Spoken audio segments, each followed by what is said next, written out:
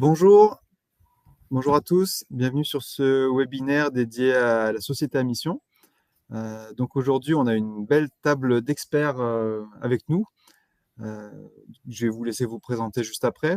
Donc on a Delphine Place qui est avec nous, Anaëlle Saint-Yves, Eugénie de Flammerecourt, pardon, Olivier Darold, euh, qui représente donc différentes structures d'accompagnement juridique, une OTI, on vous expliquera ce que c'est si vous ne savez pas encore ce que c'est. Et puis, donc, Olivier qui va parler par l'expérience, puisqu'il est chef d'entreprise devenu avec son entreprise Société à Mission. Donc, moi, je suis Christophe Tourneur, je suis directeur des opérations de l'IRCE, l'Institut régional des chefs d'entreprise.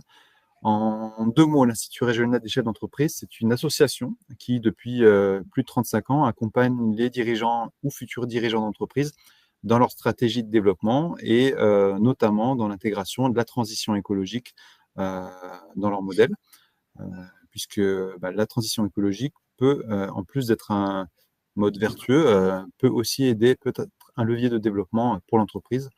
On va le voir après, en particulier le statut de société de mission.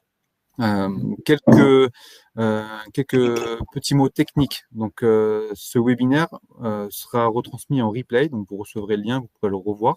Vous avez un chat sur le côté droit qui vous permet d'interagir avec nous et de nous poser toutes vos questions. On traitera les questions à la fin, mais vous pouvez les poser tout au long du webinaire. À la fin du webinaire, donc autour de 11h45, on aura une quinzaine de minutes d'échange. Donc vraiment, n'hésitez pas à les poser quand même tout au long du webinaire pour qu'on puisse ensuite enchaîner sur la session de questions-réponses.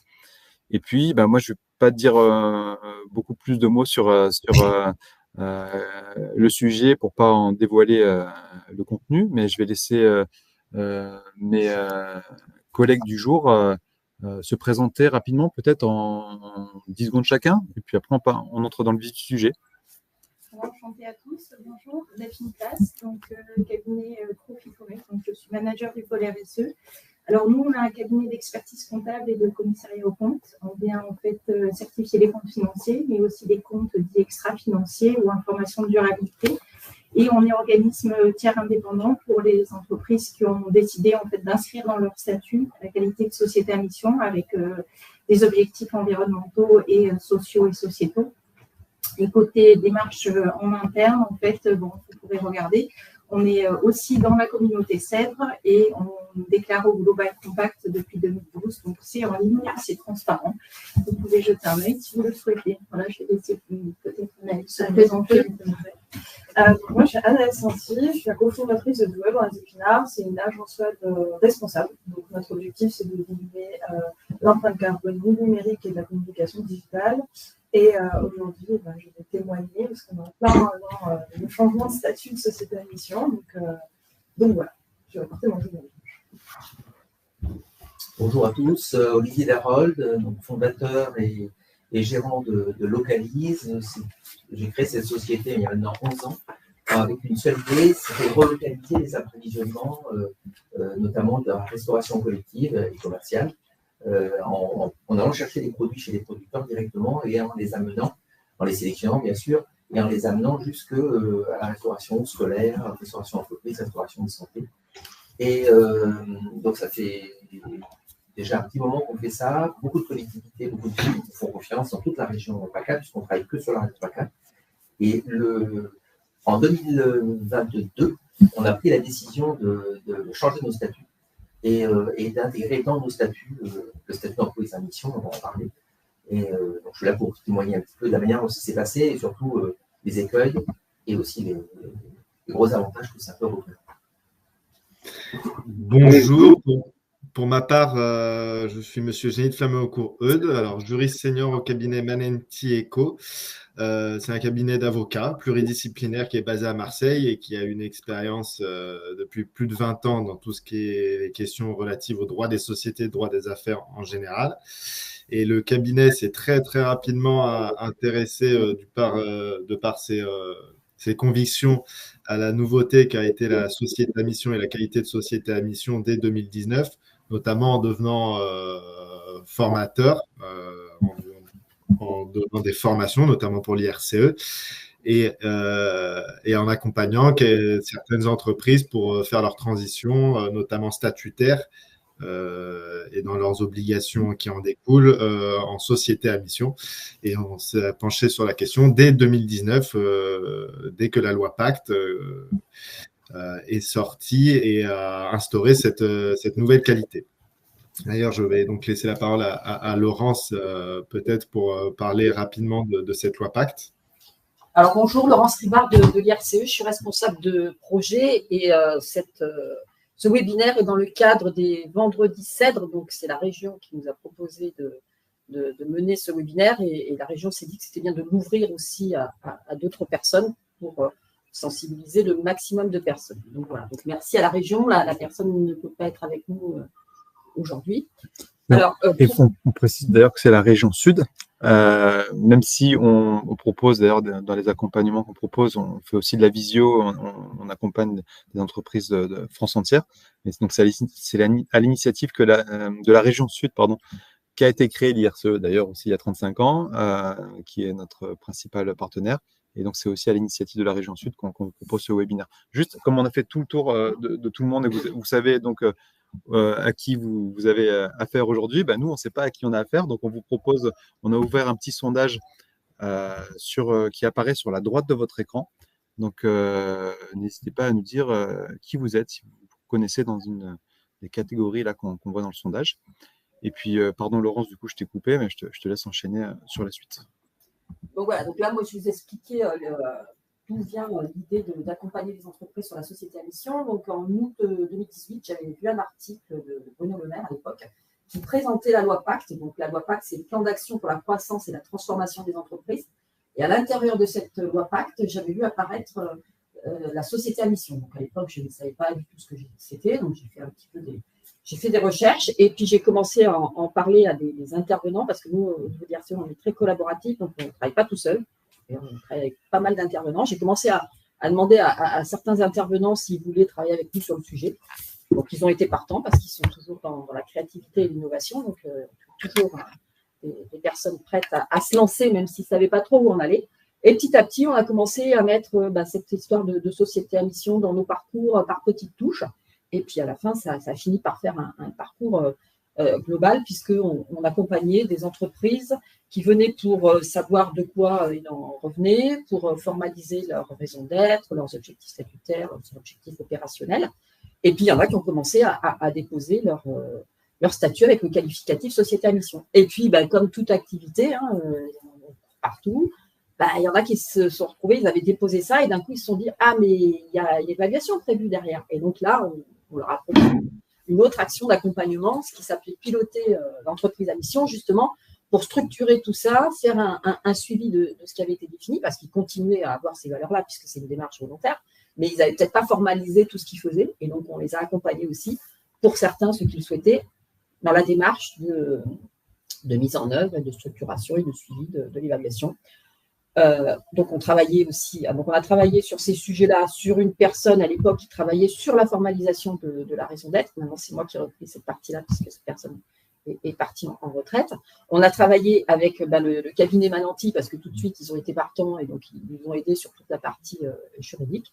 Et puis, on a travaillé avec certains OTI. Donc, OTI, il n'y en avait pas forcément en région au tout début. Maintenant, il y a le cabinet Ficorec, donc on travaille avec eux. Donc, ils viennent soit pour faire de la formation sur les entreprises, et à ce moment-là, ils ne pourront pas être évaluateurs puisqu'on ne peut pas être jugé partie, soit pour faire l'évaluation et puis vérifier ce qui a été mis en œuvre. Alors, les points positifs, parce que le temps nous est compté, donc j'ai tendance à digresser. Donc, les points positifs, c'est tout ce qui est image de marque, ça permet de fidéliser aussi bien ses clients que ses salariés, que ses fournisseurs, parce que de plus en plus de personnes ont envie de travailler avec des personnes qui ont des valeurs, qui leur tiennent à cœur. Ça permet d'avoir de nouveaux talents aussi qui vont vous dire, parce qu'ils se disent, tiens, société à mission, ça va m'intéresser. Et puis, il y a aussi des accès à des aides. Donc, il y a différentes aides qui peuvent, ça peut faciliter d'être société à mission. Et pendant les témoignages, il y a Olivier qui vous en parlera. Donc là, on a mis juste quelques chiffres clés pour voir un petit peu à quoi on en est. Donc, 2118, donc c'est le nombre de sociétés à mission depuis 2019. Donc 2019, 2020, le Covid, après, depuis pas mal de crises diverses et variées, et malgré tout, on a eu plus 34% en 2024. Donc c'est quand même quelque chose qui avance bien. Et quand on regarde tous les labels, certificats, RSE qui existent et qui existent depuis longtemps, bah, finalement, il n'y a pas à rougir parce que des labels qui existent depuis 2006, bah, ils en sont à 9000 pour certains au niveau mondial, donc sur 80 pays divers et variés. Il y en a d'autres qui sont aussi dans l'ordre des 2000 et c'est plutôt tout ce qui est un petit peu auto-évaluation, c'est plutôt du documentaire, tandis que là, il y a quand même un dépôt dans les statuts, donc c'est pas rien, on dépose ça dans ces statuts, et après, on a une évaluation par un organisme certifié COFRAC. Donc, ça a une réelle valeur pour l'entreprise et ça a une réelle reconnaissance. Donc, nous, pour l'IRC, on a accompagné 40 entreprises depuis le début. Il y en a 13 qui sont sociétés à mission. Il y en a 2 qui ont eu l'évaluation positive, donc dont Olivier qui est là, et puis moi, je suis référente dans une autre entreprise qu'on accompagne, on l'a eu aussi. Et il y en a 6 qui sont en cours de dépôt, comme Anaël qui fera le témoignage tout à l'heure. Donc voilà, donc on pourra revenir sur certains points si vous le souhaitez plus tard. Là, je vais laisser la parole à Delphine. Oui, je crois que c'était elle. Ce sera à mon tour. Et d'ailleurs, je vais rebondir. Nous également, de notre côté, on a accompagné une dizaine de sociétés dans lesquelles nous, on intervient par contre quand les sociétés souhaitent faire leur transition. On intervient pour la rédaction des statuts. Et donc, on est finalement pas en bout de chaîne, mais on arrive où les personnes sont déjà convaincues de leur choix de faire la société à mission. Donc, on les aide à faire cette transition. Et d'ailleurs, qui peut devenir société à mission aujourd'hui? Donc, en tant que bon juriste, je vais me référencer au code et aux articles de loi qui ont été instaurés par la loi Pacte. Et la loi Pacte, aujourd'hui, réglemente la société à mission dans les articles dans 3 articles, de L210-10 à L210-10 à L210-12 pardon, du Code de commerce. Cet emplacement semble important aujourd'hui parce que donc, pour être positif, c'est toutes les sociétés commerciales aujourd'hui ont la possibilité d'être société à mission. Il n'y a pas de distinction. En revanche, cet emplacement, et après leur objet social en a moins d'intérêt porté à la société à mission, mais donc sont exclus aujourd'hui car dans le code de commerce et pas dans le code civil, ce sont les sociétés civiles qui aujourd'hui ne peuvent pas être sociétés à mission. Et l'autre contrainte tout de même que je souhaite évoquer du code de commerce, c'est que même si toutes les sociétés commerciales peuvent être sociétés à mission, il faut également que leur raison d'être et leurs objectifs statutaires qui sont liés à cette nouvelle mission, à cette nouvelle qualité, doivent être rattachés à l'activité de la société. Donc, il faut avoir une activité, enfin, pas avoir une activité qui le permette, mais avoir des idées et des envies qui permettent de lier ces envies à l'activité de sa société. Je précise quand même que, et ça va être important pour la suite, pour que vous compreniez bien pourquoi on estime plutôt que la société à mission est quelque chose d'avenir, c'est que le Code civil, donc pour l'entièreté des sociétés en France, qui régit l'entièreté des sociétés en France, évoque depuis la loi Pacte également les notions d'enjeux sociaux et environnementaux et de raison d'être, dans les articles 1833 et 1835 que vous pourrez consulter. Donc, ça veut bien dire que toutes les sociétés aujourd'hui en France devraient avoir dans leurs objectifs, enfin, dans leur activité, ils doivent respecter ou tirer vers les enjeux et respecter les enjeux socio-environnementaux de leur activité. Et toute société peut se doter, par contre, c'est pas une obligation, mais peut se doter d'une raison d'être. Voilà, ça va être important pour la suite. Ce sera important pour la suite. Et donc là-dessus, je donne d'ailleurs la main à Delphine qui peut d'ailleurs nous parler des différents avantages et éventuellement des inconvénients qu'est d'être société à mission. Oui, alors effectivement, on en parlait dans les témoignages de Laurence. Il y a un enjeu de crédibilité quand même à avoir, puisque c'est quelque chose qui est, vous l'aurez compris, bien réglementaire et juridique, acté dans les statuts. Il y a cette évaluation en fait, par un tiers indépendant qui vient attester de la bonne exécution des statuts et donc de la bonne mise en œuvre au sein de l'entreprise de ces données-là. Ça permet également de structurer vraiment les démarches, parce qu'en principe, c'est quand même, on va dire, la colonne vertébrale de la stratégie d'entreprise. Donc, on n'est vraiment pas sur des démarches qui sont à côté, mais des démarches qui sont intégrées à la vie de l'entreprise et portées par les métiers. Donc, ça, c'est quand même très important. Et ça vient structurer vraiment les démarches. Il y a des éléments factuels et mesurables, donc il ne faut pas avoir peur de se lancer là-dedans en se disant « Ah, mais il va falloir que je justifie, etc. » Parce que logiquement, tous les éléments de preuve, il y a OK un travail de collecte, mais vous les avez de par vos métiers. Donc ça, c'est quand même quelque chose qui est très lié quelque part au terrain. Et en termes d'avantages aussi, on en parlait tout à l'heure, il y a quand même, malgré les allées venues de la au niveau européen, effectivement, vu les éléments de contexte géopolitique, mais il y a quand même une lame de fond qui s'inscrit sur ces démarches-là, avec des demandes croissantes des consommateurs. Donc, on voit aujourd'hui sur tout ce qui est reconditionné, des marchés de seconde main, etc. Donc, c'est quand même une augmentation croissante.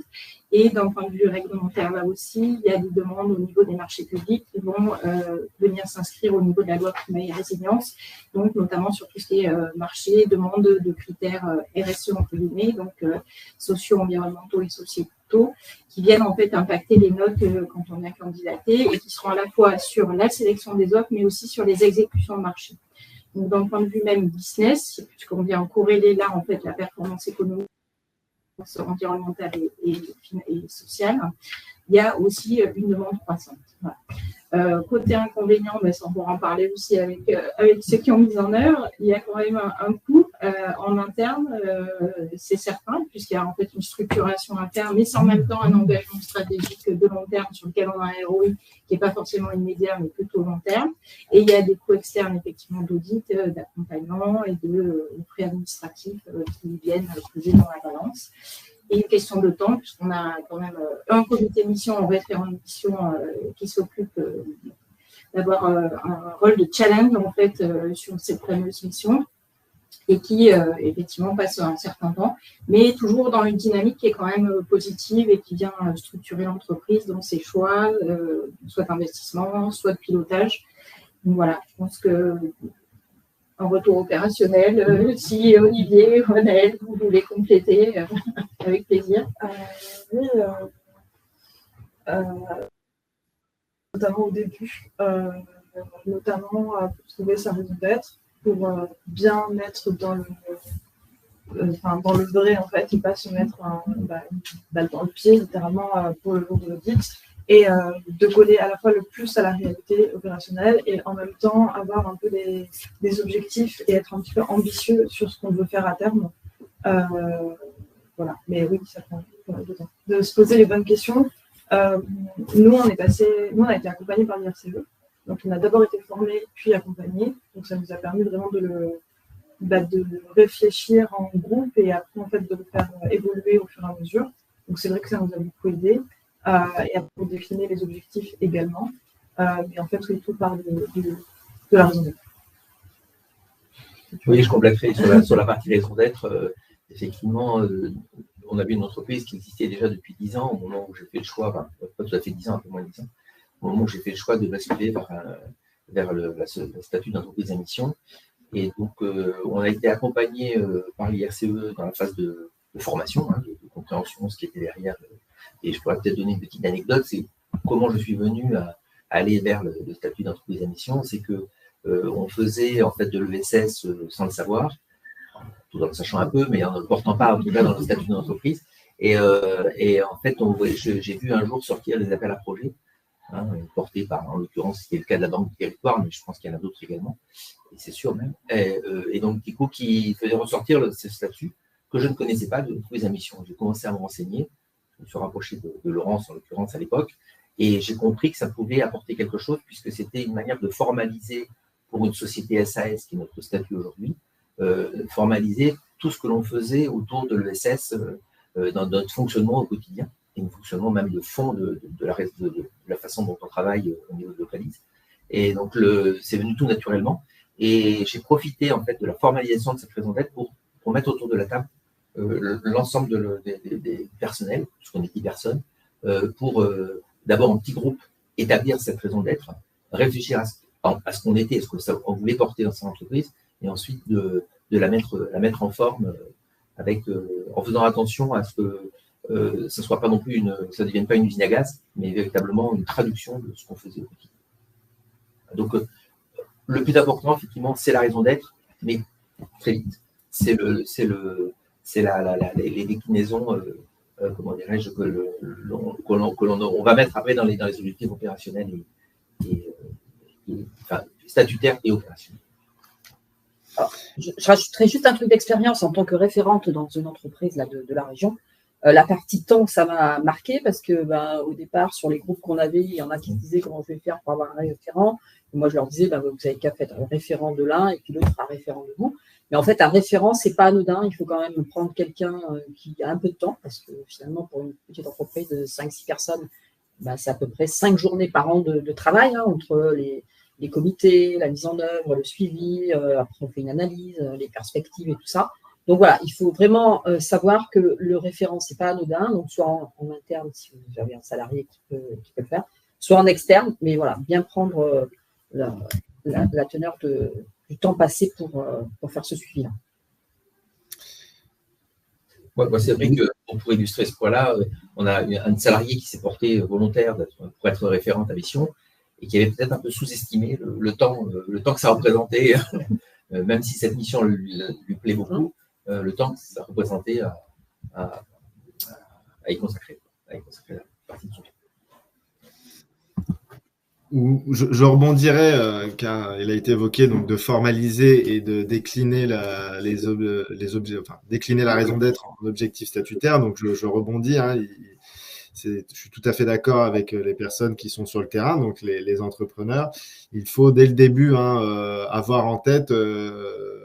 Pratiquement, il faudrait déjà dès le début avoir en tête sa raison d'être, les objectifs statutaires et ce qui en découle. Après, comment on les applique même dans le quotidien, ça c'est quelque chose qui est vital. Alors nous, justement, en tant que juristes, on va dans la mise en œuvre, suite la raison d'être et les déclinaisons des objectifs statutaires sociaux et environnementaux, on a fortement besoin des entrepreneurs parce que ça vient d'eux, ça vient de leur entreprise, de leur activité. C'est eux qui peuvent nous fournir ces éléments-là. Et en tant que juriste, en tant que rédacteur juridique professionnel, avec une habitude de rédiger, on va aider avec ses compétences rédactionnelles, notre expérience du droit des sociétés et également nos premières expériences avec les OTI, parce que c'est encore une notion société à mission qui est assez récente. On va les aider à encadrer cette raison d'être et ses objectifs, et peut-être pour certains, éviter de les multiplier de manière trop importante. Et ce qui pourrait, comme l'a dit Anaëlle précédemment, leur mettre une balle dans le pied de l'entrepreneur et remettre en cause la qualité de société à mission. Donc, une fois que toutes ces notions sont clairement posées avec énormément d'échanges entre les professionnels et les entrepreneurs, on interviendra pour intégrer cette raison d'être et ces objectifs statutaires dans les statuts. Et ça, c'est une obligation, c'est une condition obligatoire par la loi. On est obligé d'intégrer ces notions-là dans les statuts afin d'obtenir la qualité de société à mission. On peut pas y déroger. D'ailleurs, en ce qui concerne les obligations de la loi, la loi nous oblige à avoir deux contrôles, un contrôle interne et un contrôle externe avec l'OTI.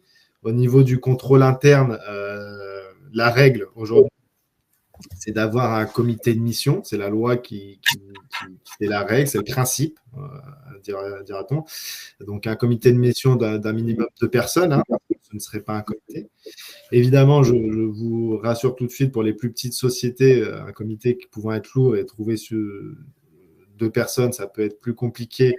L'exception a été rajoutée quand même dans le code de commerce, où l'exception, c'est le référent de mission. Il est possible de nommer qu'une seule personne, finalement, qui sera votre référent de mission. Ce qui est le cas pour beaucoup aujourd'hui de sociétés à mission. Pour cela, il faudra évidemment respecter certaines conditions.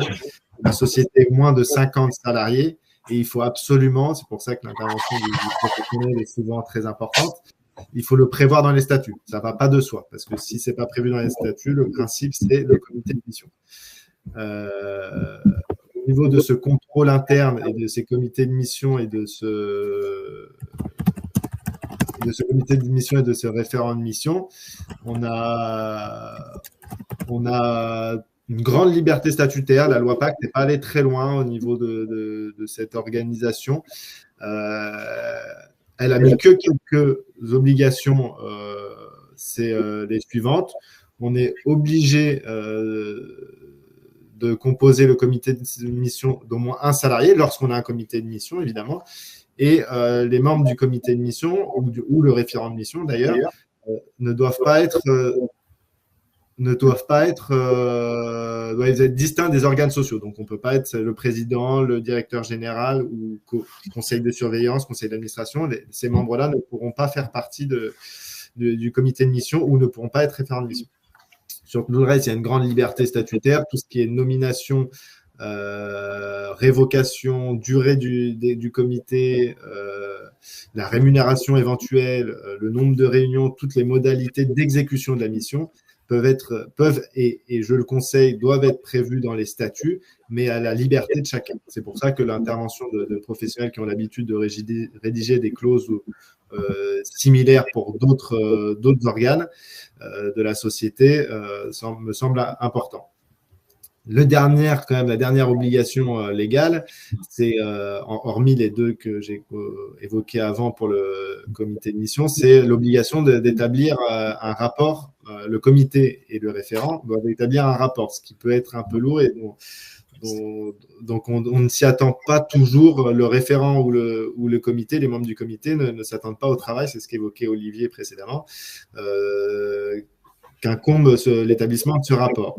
Ce rapport doit être annuel et doit être joint au rapport de gestion et présenté à l'Assemblée générale approuvant les comptes chaque année.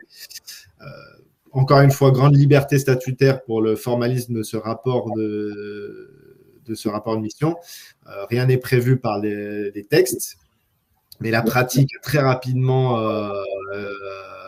il est ressorti de la pratique finalement, et des notions qui doivent obligatoirement apparaître, même si ce n'est pas légal, ils doivent obligatoirement apparaître car c'est des notions qui vont être demandées finalement par l'OTI pour remplir sa mission et son contrôle. L'OTI a quand même, donc l'organisme tient indépendant, hein, je rappelle, qui est le contrôle externe, aura lui besoin de certaines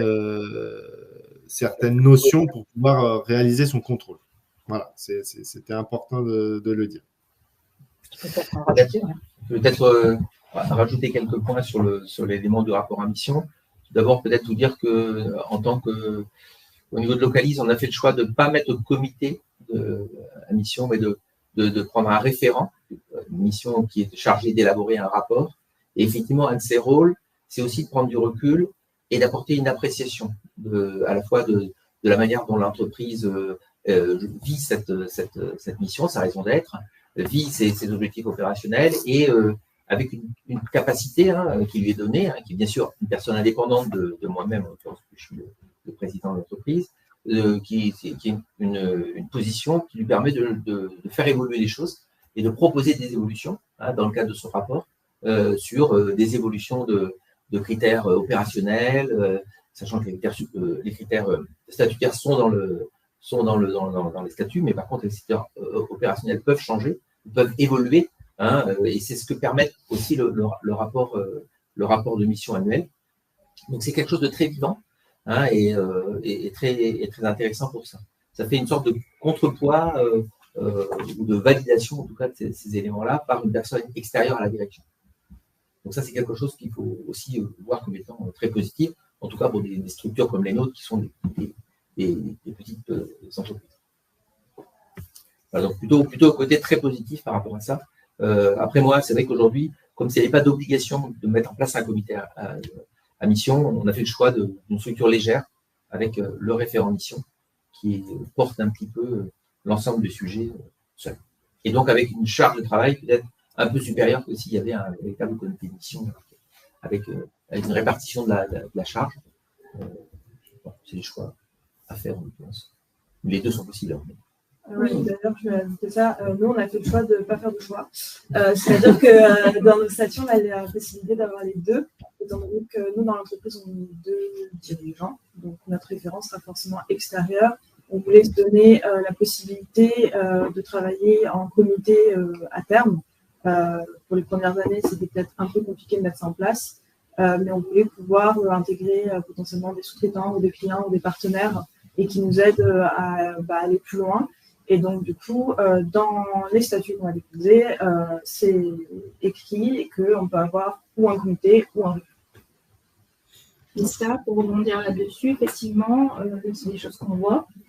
Avec une trajectoire où au départ, on part avec un référent de mission et puis après, on vient apporter sur une taille de comité pas énorme, mais sur des plus petites structures, des intervenants externes qui viennent apporter effectivement leur vision et qui peuvent aussi un peu partager la charge du suivi du comité de mission.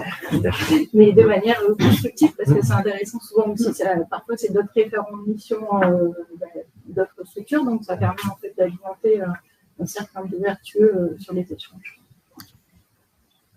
Oui, là-dessus, d'ailleurs, Anaël a tout à fait raison et il serait avisé, il est avisé du conseil juridique qui aide à la rédaction des statuts de finalement toujours prévoir les deux. Hein.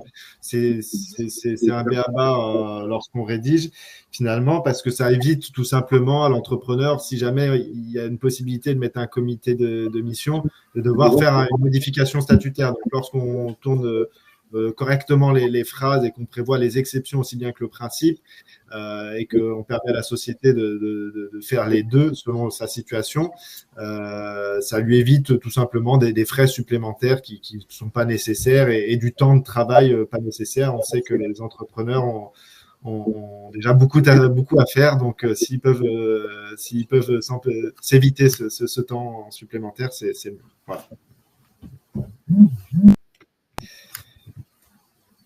Alors, on parle du cadre juridique et du dépôt dans les statuts. Oui, alors je vais également intervenir rapidement sur ce point-là. On l'a déjà finalement évoqué. Hein.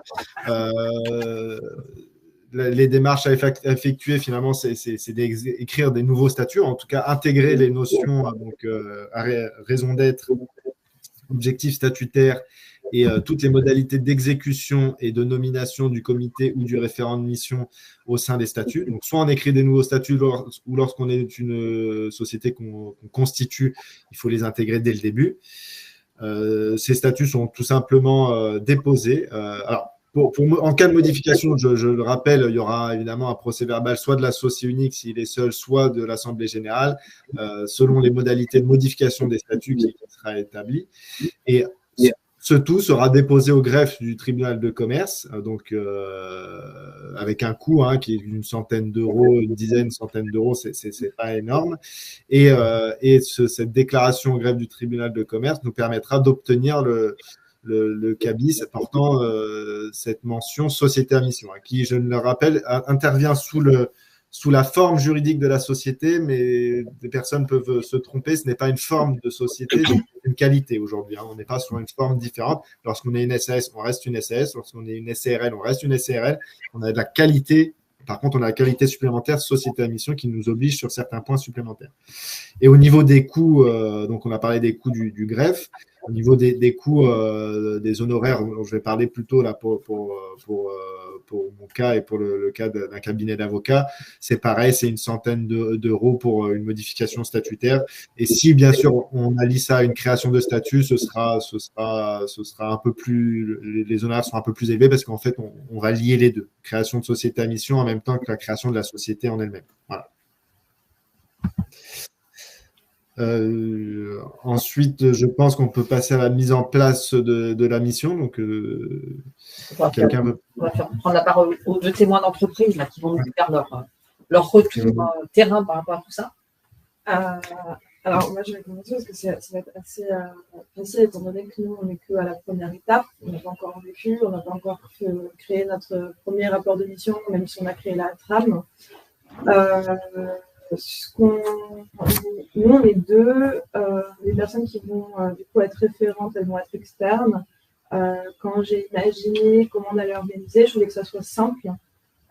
Et donc, que ce soit pour le pilotage, les actions, les indicateurs, etc. J'ai simplement tout mis dans un grand tableur Excel.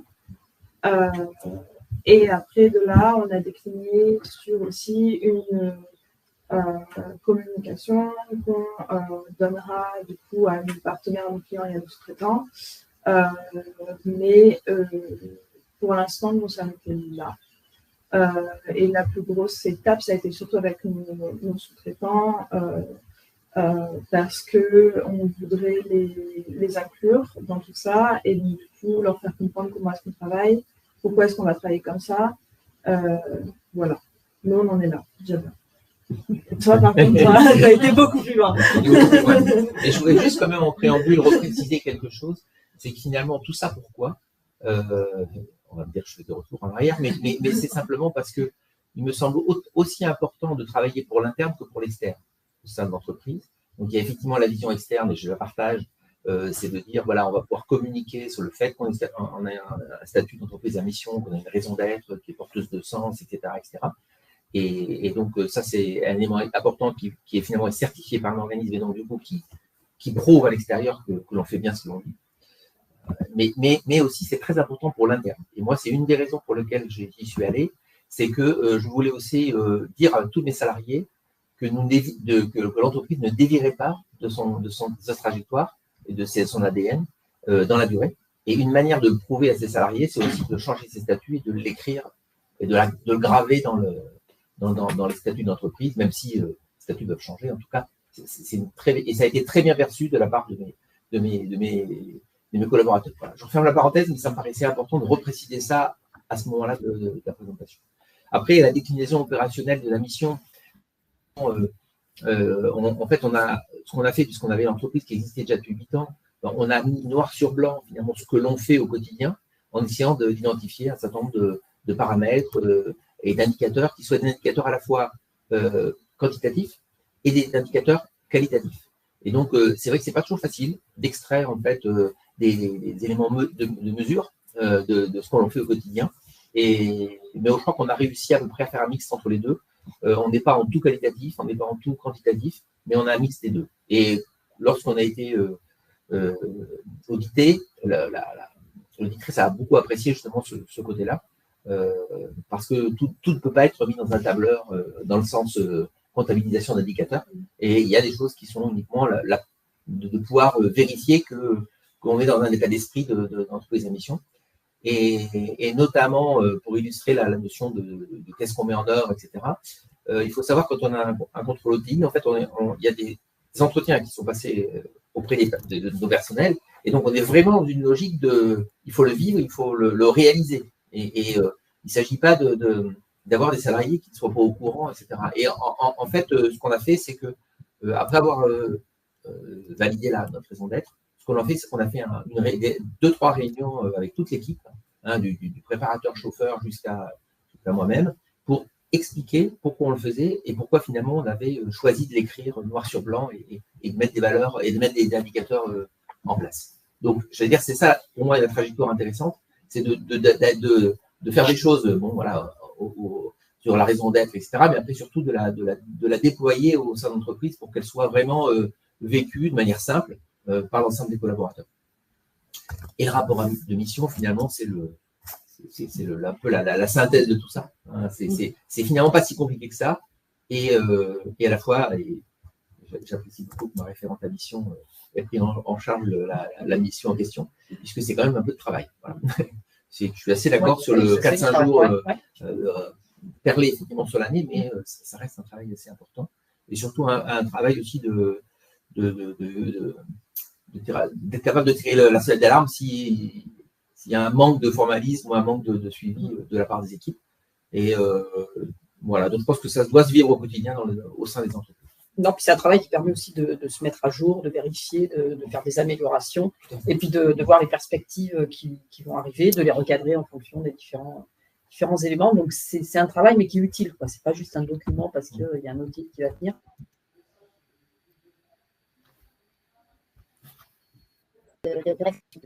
Le projet architecte, c'est finalement sur la mission de l'entreprise, sur la raison d'être de l'entreprise elle-même. Et donc, du coup, tout ce que l'on met en place, toutes les évolutions qu'on fait suite à cette réflexion-là, finalement, elles bénéficient à l'ensemble de l'entreprise. On ne certifie pas que la partie recherche et développement ou que certaines parties qu'on peut trouver dans les ISO 9000 et autres. Là, on est vraiment dans une logique de… On est sur l'ensemble de l'entreprise et sur son mode de fonctionnement. Et donc, ça, toutes les réflexions, toutes les évolutions, tout ce travail d'ajustement, elle sert en fait à l'ensemble de l'entreprise et à ce qu'elle est en tant que telle. Petit point timing, on a 5 minutes de notre objectif de 45 minutes, donc il nous resterait théoriquement que 5 minutes, on va forcément déborder un petit peu, mais il y a le sujet de l'organisme tiers indépendant qui est important. Je vais le passer très très vite. Bon, alors très vite, donc Olivier le disait, effectivement, quand on a mis tout ça en place, c'est un moment où il y a un tiers externe qui vient et qui jette un deuxième regard en fait, sur le fonctionnement.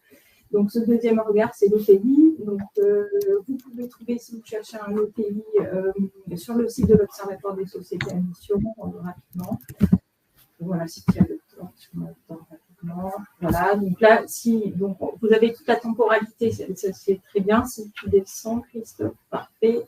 Voilà, donc en gros, si on a une entreprise de moins de 50 salariés, en fait, on a 24 mois pour passer l'OTI après le dépôt de statut au greffe. Sinon, une entreprise de plus de 50, c'est 18 mois. Voilà, vous retrouverez sur le site de l'Observatoire, il y a pas mal d'éléments. Après, concernant la partie OTI, donc si vous voulez choisir un OTI, l'Observatoire, le site, peut-être si on descend un petit peu, Christophe, merci. Donc, vous avez des OTI. Je vous invite à cocher la case OTI accrédité pour voir en fait ceux qui sont en cours d'accréditation et ceux qui sont accrédités. C'est un processus un peu long. Donc, ça explique qu'il n'y a pas forcément les deux éléments. Donc, nous, concernant, on a été accrédité. Alors, je vais juste rajouter un point par rapport à ça, parce que depuis le temps qu'on est là-dessus, il faut vraiment faire attention que les OTI soient bien sur cette liste. Et le bémol, je me suis rendu compte de ça l'autre jour. Donc, c'est pour ça qu'il y a la petite case à cocher. Au départ, elle n'est pas cochée sur l'observatoire, donc on se retrouve avec 58 OTI. Et comme c'est l'observatoire, on peut se dire, c'est bon. Et puis après, on se pose des questions. Donc moi, je me suis posé la question parce qu'il y en a un, je sais que je n'ai pas OTI, donc je me suis dit, qu'est-ce qu'il fait là? Donc il faut vraiment penser à regarder ceux qui sont accrédités, parce qu'il y a ceux qui sont référencés, parce qu'ils sont en cours d'accréditation, justement. Donc ce n'est pas qu'ils sont mauvais, mais ils sont dans une procédure, c'est assez long. Delphine peut en parler, c'est quand même un gros boulot. C'est un gros boulot pour les évaluer, mais c'est un gros boulot aussi pour les évaluateurs. Et donc, il faut vraiment faire attention. Donc là, actuellement, il y en a 38. Et après, vous regardiez qui vous choisissez. Et si vous avez des devis à faire, vous en prenez 2-3, histoire d'avoir une idée de ce qu'ils vont vous proposer. Mais vraiment faire attention à ce que vous ayez des OTI accrédités et puis qu'un OTI ne vous propose pas de vous aider à mettre en place et d'aller faire l'évaluation. Ça, c'est pas possible. Les OTI peuvent vous aider. Et à ce moment-là, ils n'évalueront pas. Et après, si ils évaluent, il faut vraiment faire attention à ça parce que ça, c'est pas bon du tout. Oui, ça fait partie de nos règles d'exercice professionnel. On peut être conseil, mais on est soit conseil, soit audit, et pas les deux en même temps, très clairement. Ensuite, rapidement, comment ça se passe pour l'OTI? Donc, côté OTI, nous, on a une prise de connaissance avec la gouvernance. Comme je disais, Olivier, en fait, on comprend déjà le modèle de l'entreprise, que la mission soit bien ancrée. On regarde la cohérence globale avec, on va dire, le business model, que ce ne soit pas quelque chose qui vit ex nihilo, mais qui soit vraiment porté par les métiers. On regarde aussi le fonctionnement du comité de mission, comment il vient challenger, et la vérification de l'exécution de la mission. Donc ça, c'est plus la partie, on en parlait, quels moyens sont mis en œuvre, quels plans d'action. Et là, vous verrez aussi, vous consulter, il y a un guide de l'OTI qui est édité par la communauté, donc il y a pas mal d'éléments qui sont à l'intérieur. Je passe vite parce qu'on n'a plus trop de temps, mais en gros, c'est une mécanique de déclinaison en fait, de la raison d'être en chapeau vers des objectifs statutaires.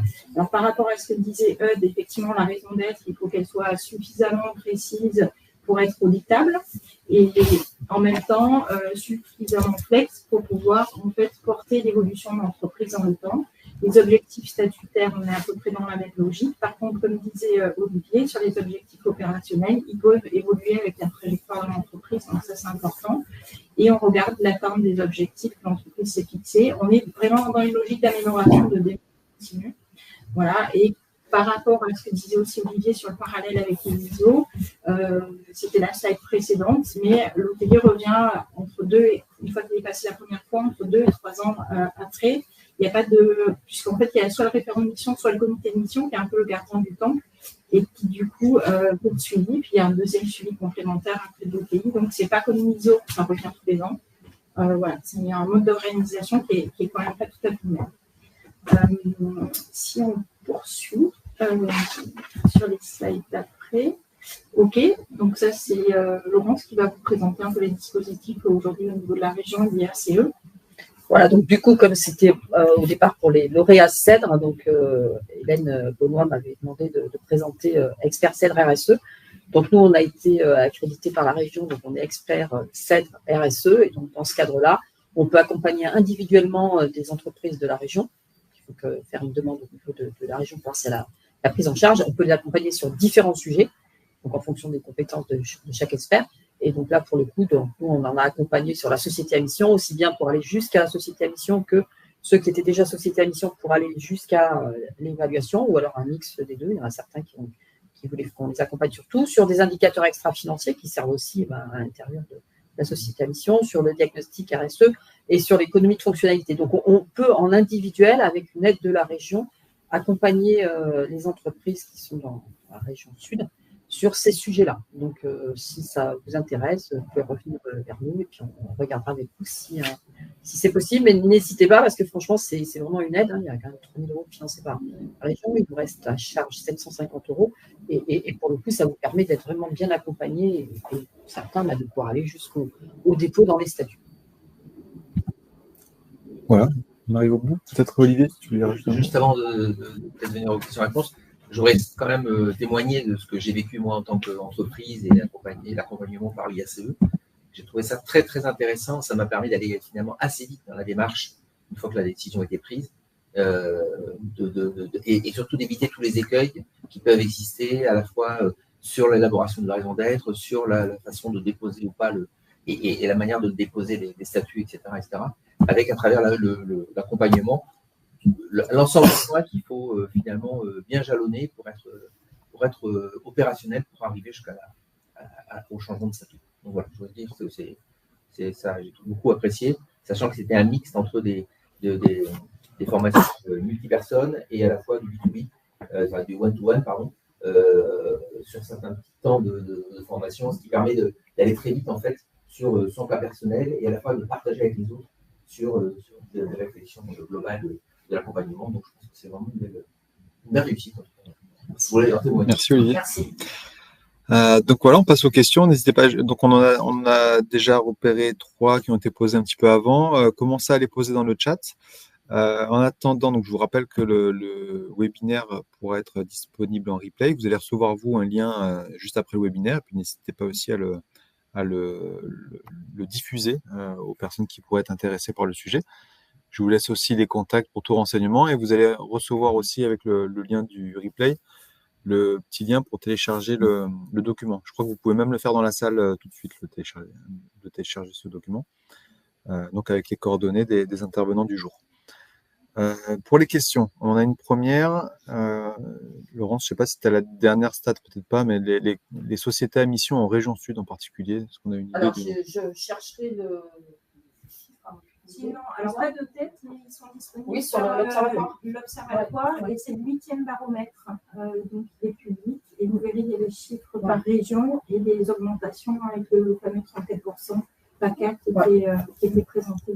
Donc du coup, on n'a pas les derniers chiffres, mais ils sont faciles à trouver. Et la dernière fois que j'avais regardé, la région PACA était pas mal. Oui, on est plutôt bien placé sur ces sujets-là. Caroline nous demande est-ce qu'une société de conseil peut-être société à mission, pardon. Oui, comme je l'évoquais, toute société commerciale peut être société à mission. Une société de conseil peut également être une société à mission. En tant qu'avocat, on connaît également des cabinets d'avocats qui sont du conseil juridique, qui ont également, par exemple, décidé d'être société à mission. Nous ne l'avons pas encore fait. C'est quelque chose auquel on a réfléchi, mais pour l'instant qu'on n'a pas mis en place. Donc oui, une société de conseil peut être société à mission. La seule contrainte, évidemment, c'est celle que j'évoquais. Il faut que, évidemment, vos objectifs et votre raison d'être soient attachés à votre activité. Donc, il faut trouver le moyen d'articuler tout ça. Et nous, sur les 40 qu'on a accompagnés là, sur ces sujets-là, c'est très très large en termes de secteur d'activité. On avait eu un cabinet d'avocats là dernièrement, et bon, c'est sûr que toute la partie rédactionnelle dans les statuts, là, c'était au top, mais voilà, il y avait besoin quand même qu'on l'accompagne. Il y a plein de moyens de lier sa raison d'être et ses objectifs à son activité. Hein. Donc, oui, toute société commerciale aujourd'hui peut être, et de toute façon, c'est ce qu'ils souhaitent. Hein, et c'est pour ça qu'ils l'ont ouvert au plus grand nombre. Leur souhait, c'est que une grande partie, que beaucoup deviennent sociétés à mission. Donc oui, toute société commerciale peut être société à mission et les sociétés de conseil en font partie. Je redis un petit mot là-dessus. J'ai toujours l'habitude de dire que nous, par exemple, on n'a pas installé de baby-foot au sein de l'entreprise. Pour illustrer le sujet, il faut vraiment que finalement l'entreprise porte des missions qui méritent une raison d'être et donc qui soient porteuses de social. Voilà, et pour rebondir, j'entends ce que dit Olivier, c'est que quelque part dans la mission, il ne faut pas mettre des points qui sont entre guillemets un petit peu obligatoires légalement, quoi. Enfin, voilà, oui, des parties légales. Tout ce qui est conditions de travail, choses comme ça, ça se fait pas dans une. Voilà. Et c'est une réflexion aussi à avoir. Voilà. C'est du volontaire. Voilà. C'est ça.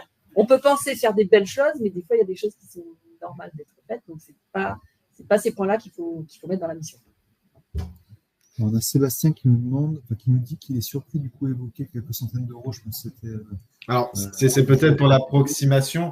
Alors, quelques centaines d'euros, bon, c'était pour pas évoquer, parce que selon les cabinets d'avocats, ça peut changer. Par exemple, dans notre cabinet d'avocats, les frais, selon la complexité demandée, le nombre d'objectifs statutaires à revoir, à réencadrer, on sera plutôt en moyenne à 800 euros d'honoraires au sein de notre cabinet.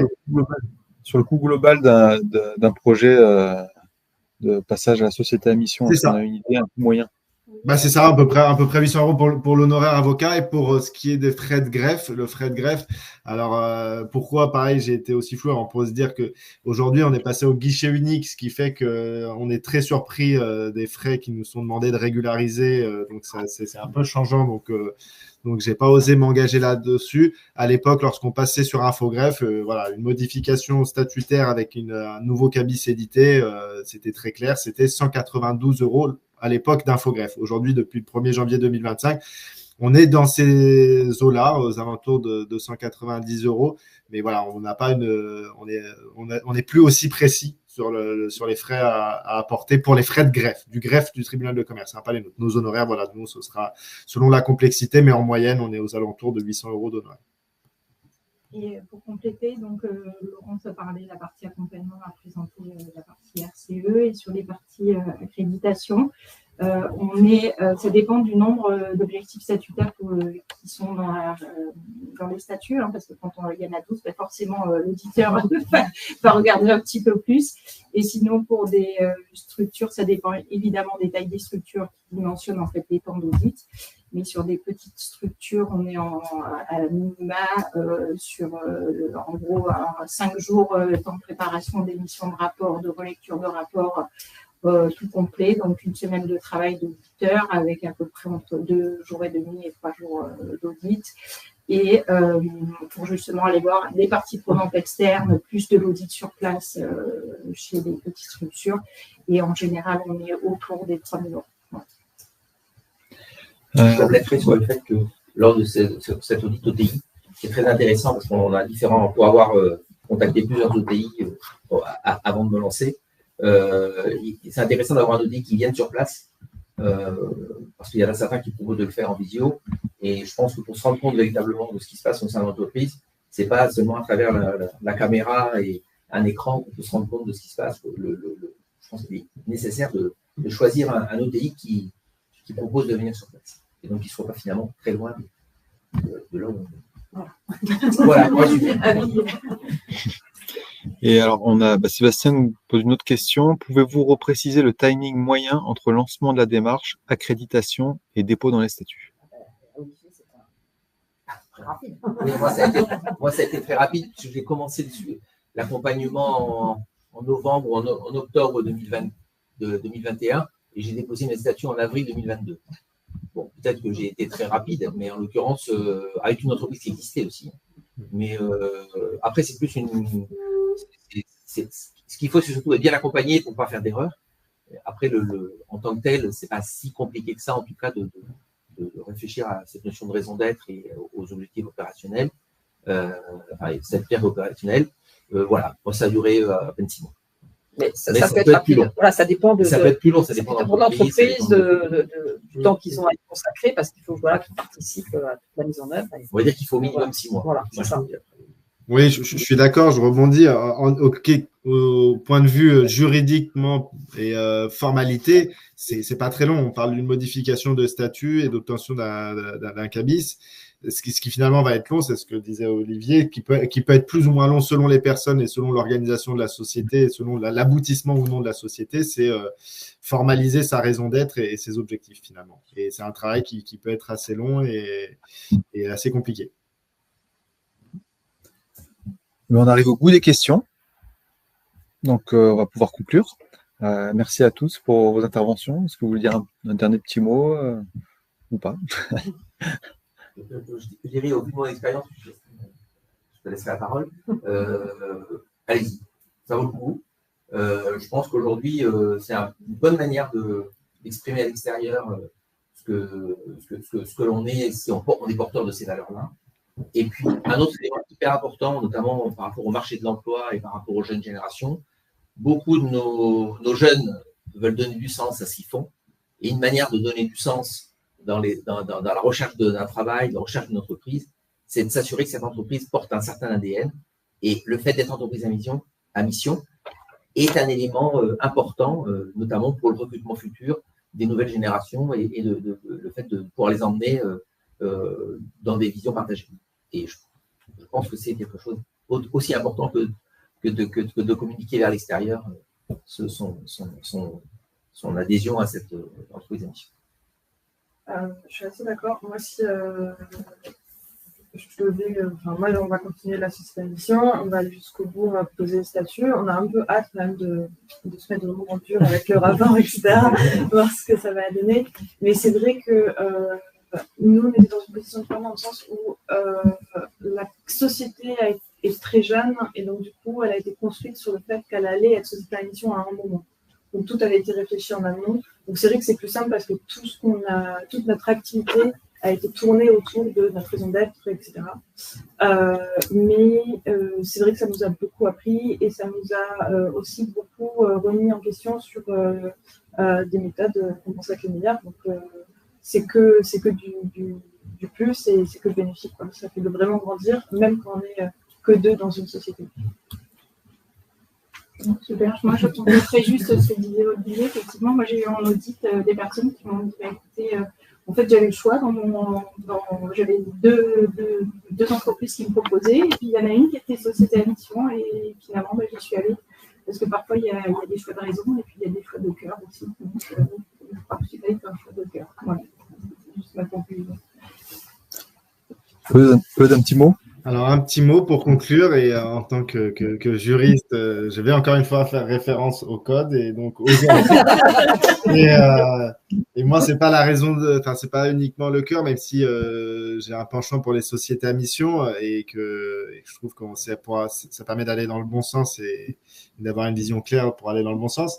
Aujourd'hui, le Code civil a toujours prévu qu'une société doit être créée dans son intérêt social et l'intérêt de ses associés.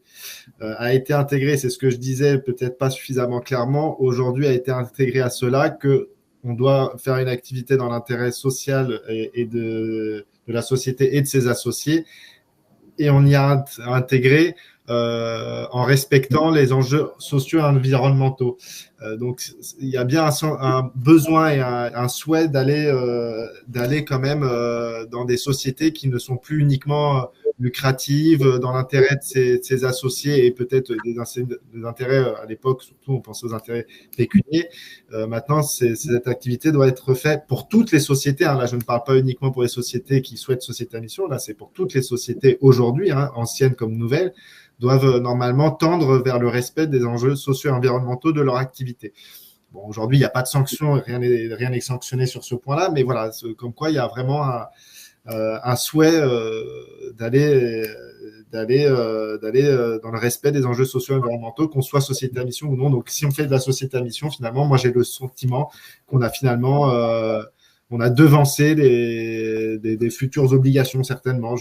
Là, voilà, je me fais un peu Madame Irma, mais j'ai vraiment ce sentiment-là. Voilà.